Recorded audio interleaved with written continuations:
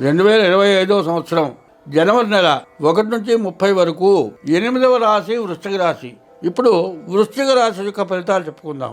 మేష వృశ్చిక రాశులకి కుజుడు అధిపతి. ఆ కుజుడు 9ంట బాగాలేడు.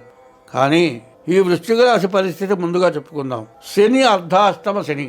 ఈ అర్ధాష్టమ శనిలో ఎన్నో రకాలైన అప్పులు, ఎన్నో రకాలైన దండగమారి ఖర్చులు, ఎన్నో సమస్యలు భరాయించలేక ఆత్మహత్య చేసుకుందామనేంత పరిస్థితి వచ్చిన సమస్యలు కూడా ఈ 2 సంవత్సరాల 3 నెలల నుంచి పడ్డారు. చాలా కష్టపడ్డారు, చివరికి వచ్చేశారు.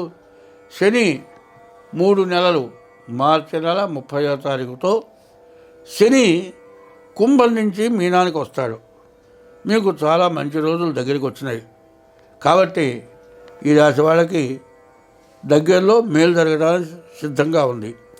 ఈ రాశి వాళ్ళకి శుక్రుడు, గురువు, కేతువు, బుధుడు ఈ 4 గ్రహాలు బాగున్నాయి.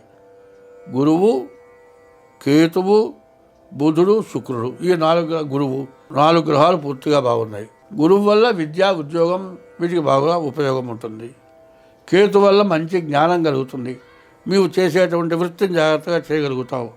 బుధుడు వల్ల మంచి వ్యాపారం సాగుతుంది. శుక్రుడు వల్ల వివాహాది శుభకార్యాలన్నీ కూడా జరుగుతాయి.